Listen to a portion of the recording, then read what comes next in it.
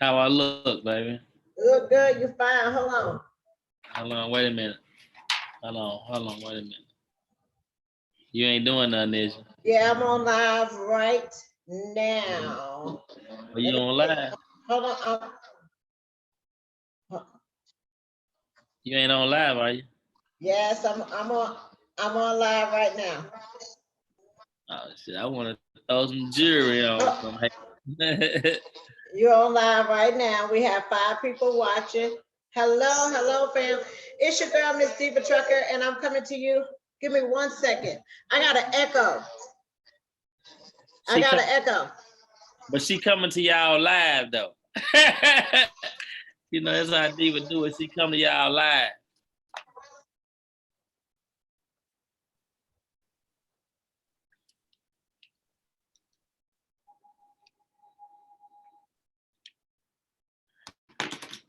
Okay, give me 1 second. Let me look at something real quick just to make sure that I'm still on live. Give me one moment.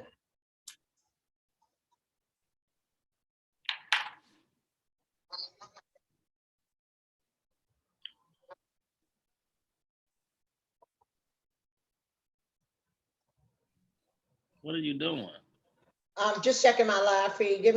Just give me 1 second. Give me one moment. Okay.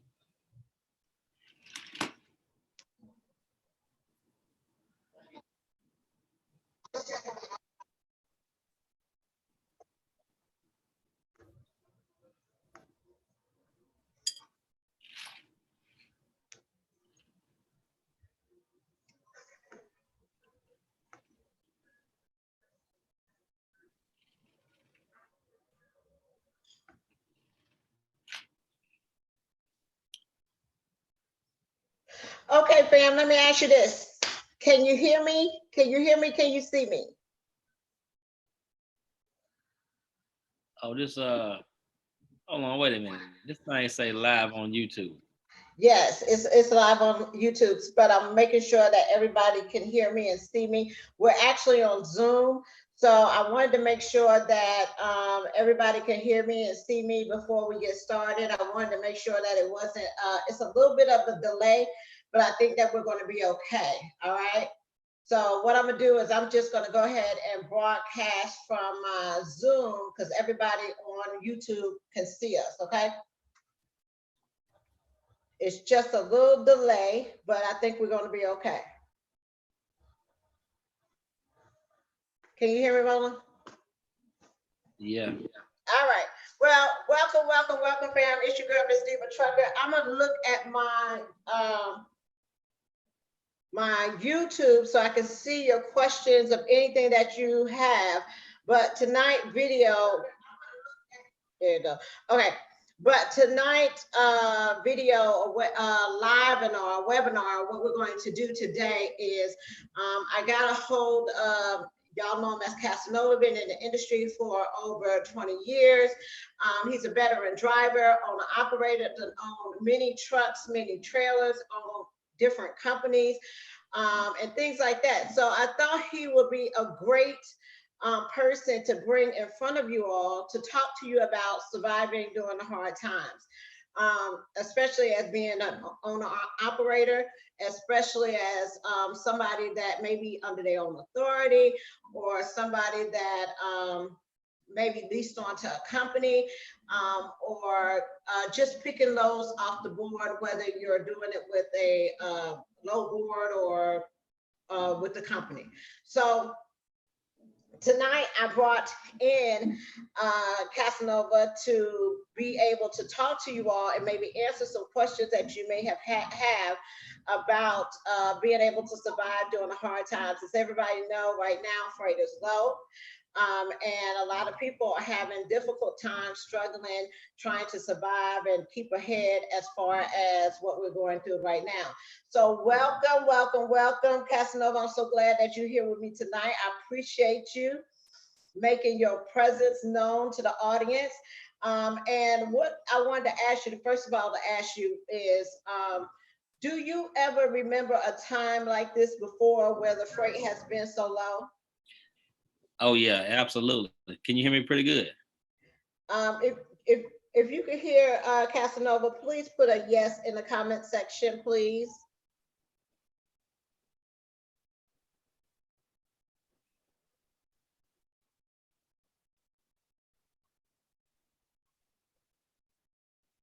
Can you There's all a, hear him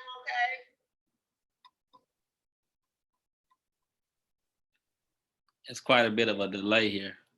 okay? Okay. Yes, okay, they say yes. It's a little bit of delay, but they say that they can hear you. Okay, go ahead. I'm sorry. Oh, okay. No, it's okay. Um, yeah, in 2007, when I was married, I told my ex-wife, I said, hey, the economy is about to fall.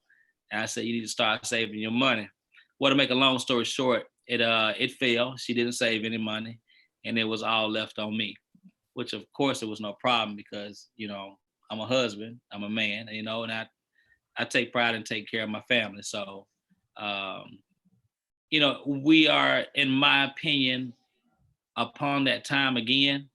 At that time, there were several trucking companies that closed their doors.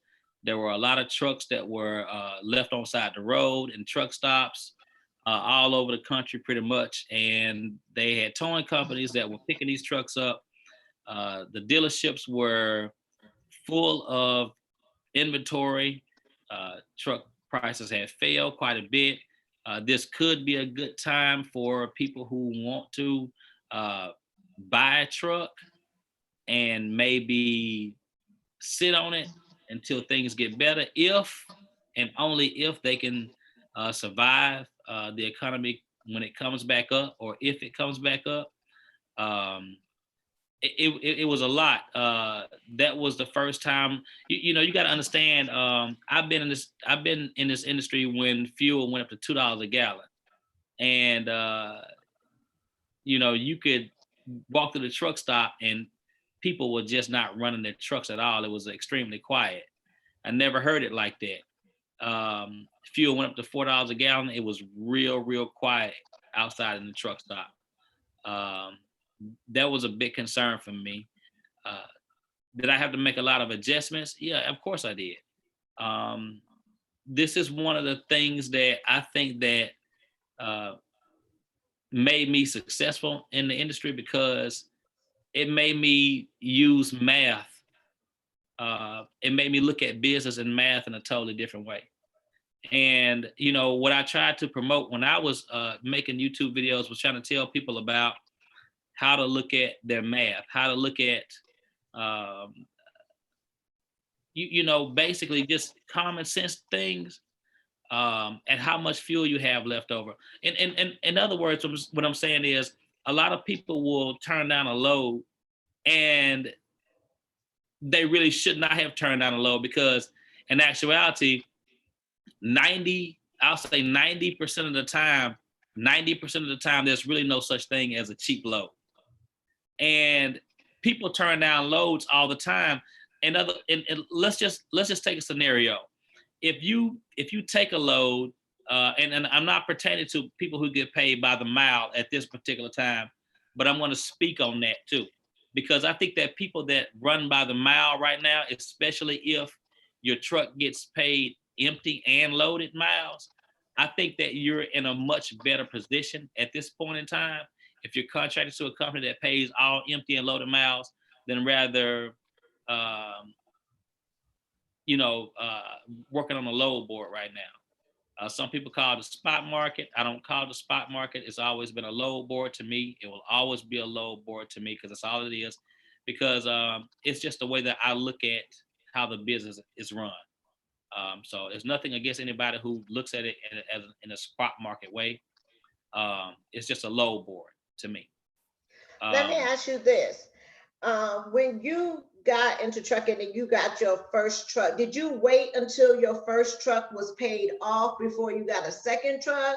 Or how long did you wait before you added to your fleet? when I got my when I got my first truck, I was leased on to a company. I was actually leased on to Swift Transportation, which it was oh my God, MS Carriers at the time, and then Swift bought them out. So when I finally did get my first truck, it was with Swift Transportation, and I stayed with them for a few years. I trained with Swift for about between 2 or 3 years, and then I left there.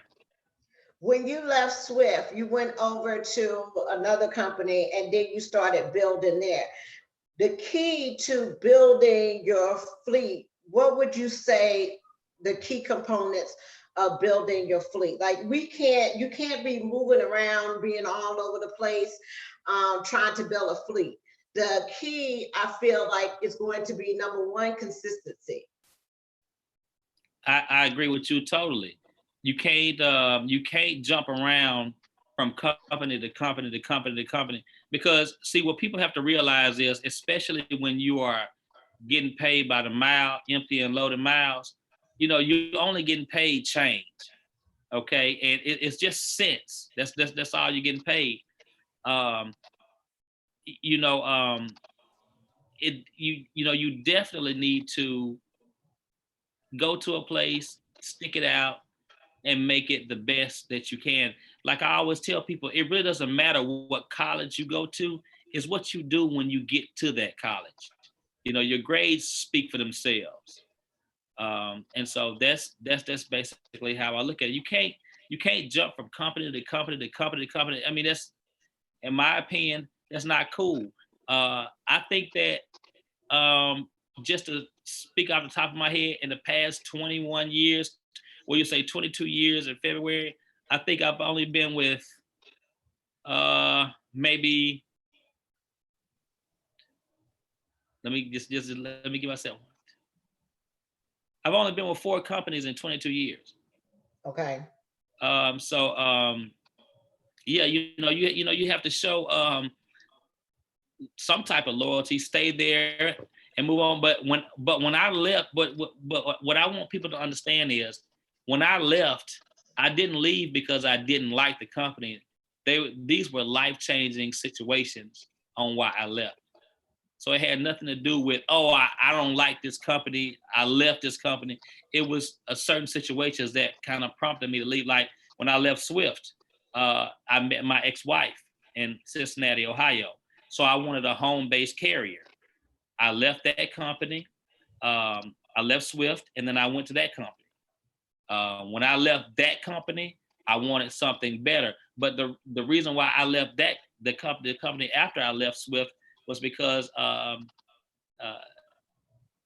you don't tell me to run illegal. I run illegal when I want to run illegal, and that was with Ram Motor Freight, which was out of Cincinnati.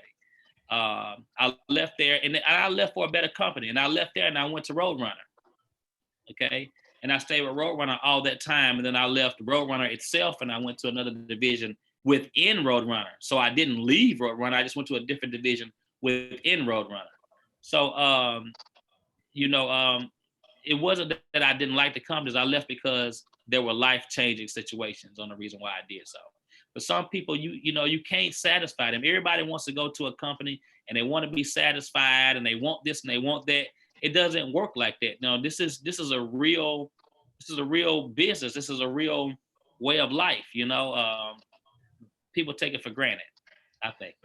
Now, when you decided to, what made you decide to, because at one time you got your authority, right? I did. What made you decide to, that you was ready, you was prepared to go from being leased on with a carrier to actually stepping out there, getting your own authority? What was the Um, transition like for that?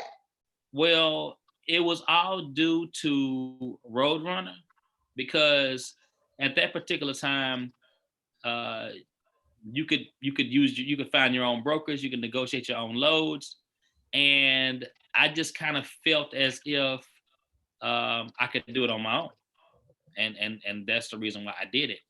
Um, What were some of the challenges that you faced when you left the leased on company going full over to your own authority? What was some of the challenges that you had? Dealing with insurance, dealing with getting your foot in the door as far as running those, having a new authority. What are some of the things that you faced in that consideration?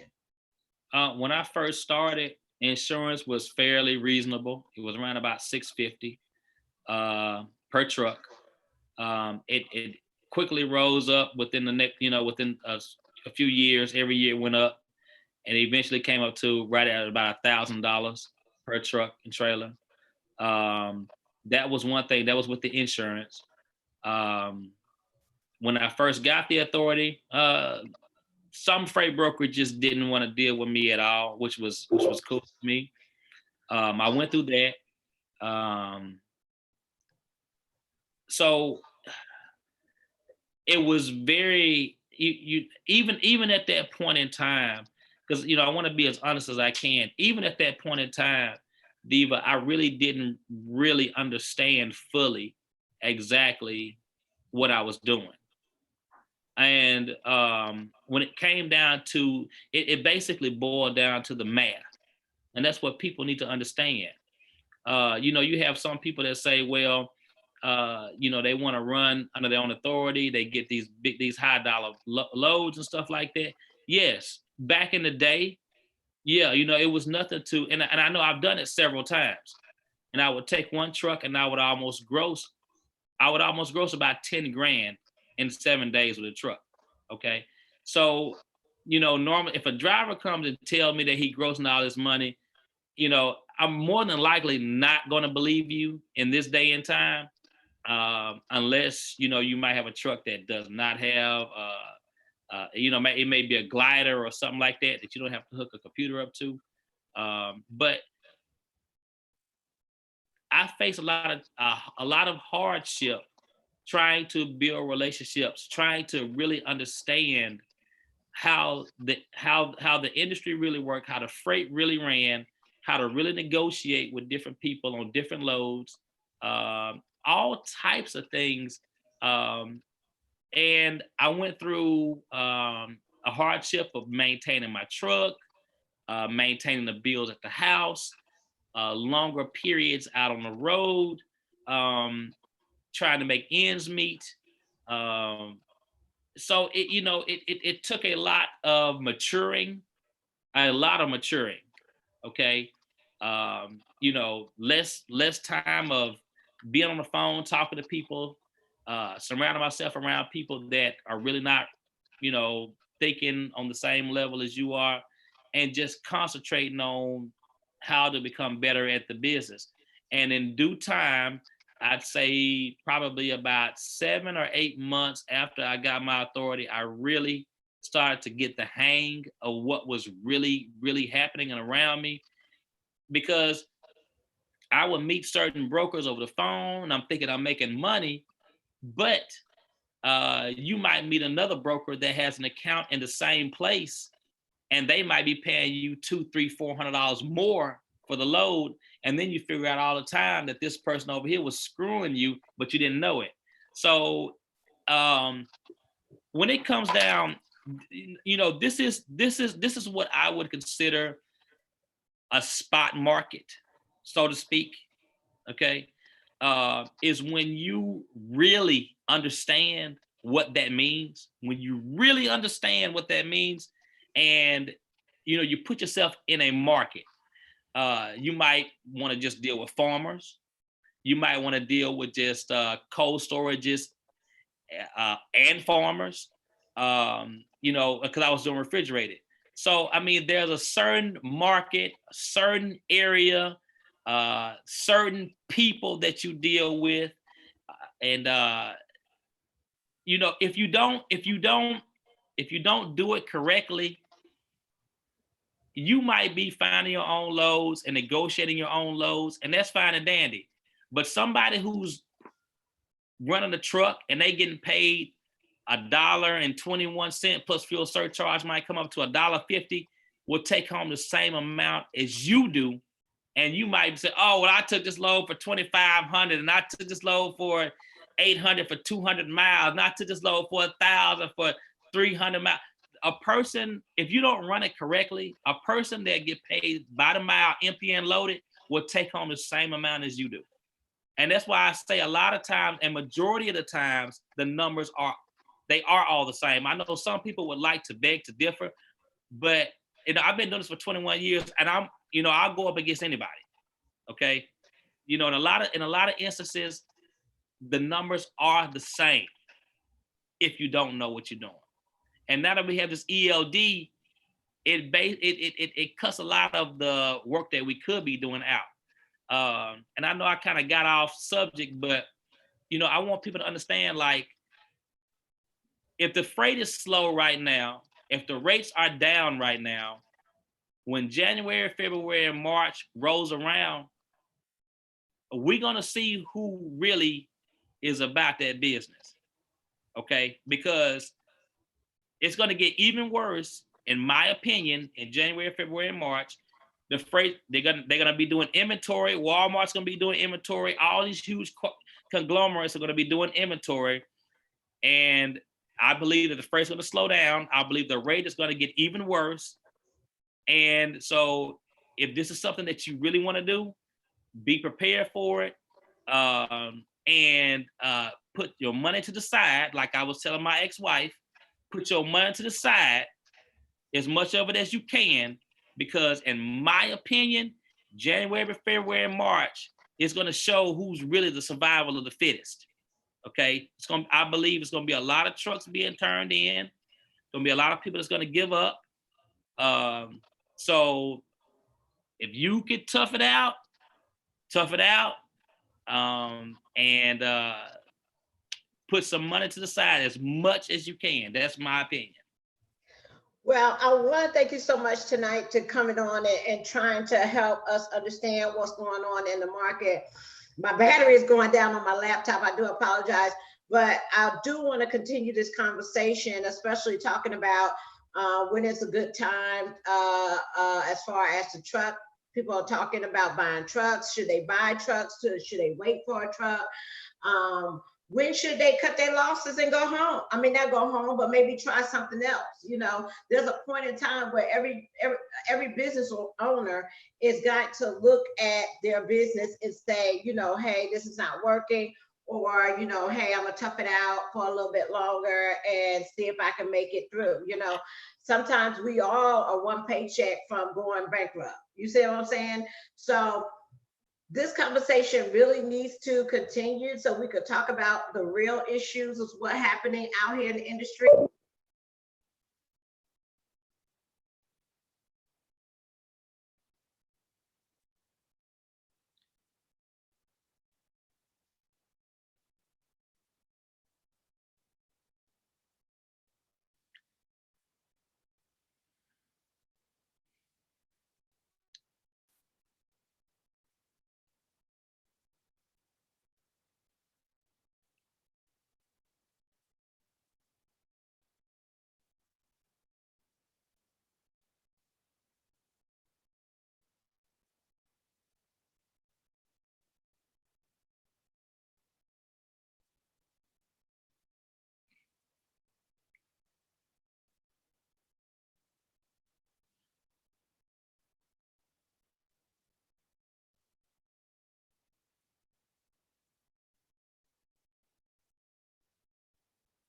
Hold on, I'm gonna call you on the phone. I gotta end this meeting because my battery went down. Okay. Hold on.